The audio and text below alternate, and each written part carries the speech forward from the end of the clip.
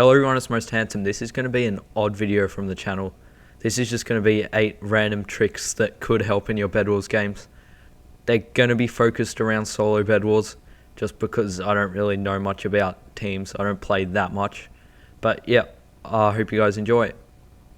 Okay, so the first trick is going to be kind of a map related trick. It's one that only works on a few specific maps, and I'll show you what it is now. So it's basically on the map Glacier. You can access the shop from the generator by breaking a block.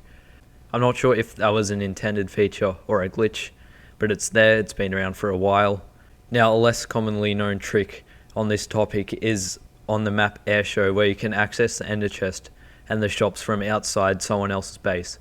So say if you've just killed somebody and they're respawning, you've blocked them off in their base, and you want to get rid of the valuable stuff that you got in your inventory, just break the glass, pop it in your e-chest, and go in and fight them.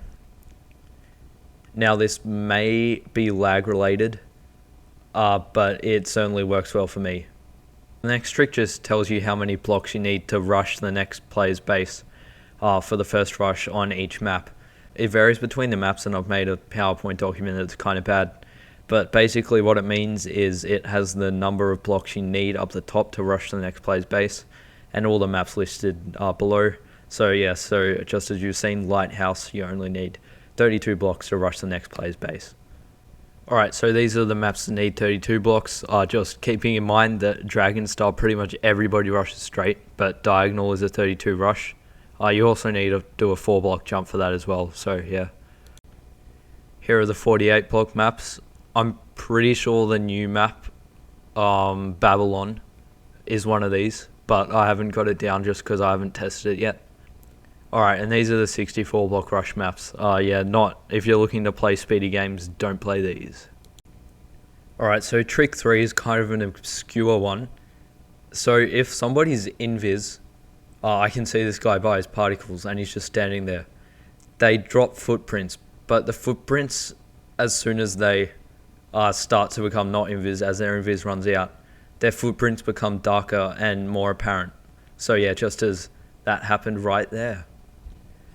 So yeah, this one's kind of a weird one, but it's kind of cool if you like ranked Skywars vibes. So yeah, basically Sharpness affects axes as well as swords when you buy it. I mean, it makes sense, but it's not really well known. But yeah, if you're a diamond axe kind of guy, then you can destroy kids with a diamond axe. Alright, so this one's also to do with the shop, and on the bottom right of the shop there's a hotbar management thing, blaze powder. So if you click on that, you can organize your shop, so when you buy things they automatically go into certain slots.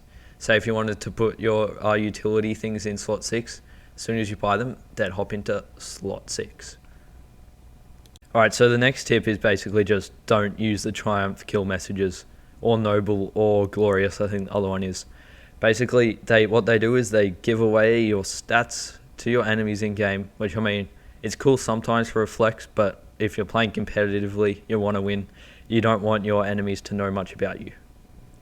Alright, so the second to last trick is a pretty cool one. I mean, it's common sense, but not many people do it. It's basically when you see somebody on top of your base and you know they have TNT, and then you have a water bucket that you've put in your chest, and then when they drop the TNT, you place a water bucket on it. That mitigates the damage so the TNT doesn't blow anything up.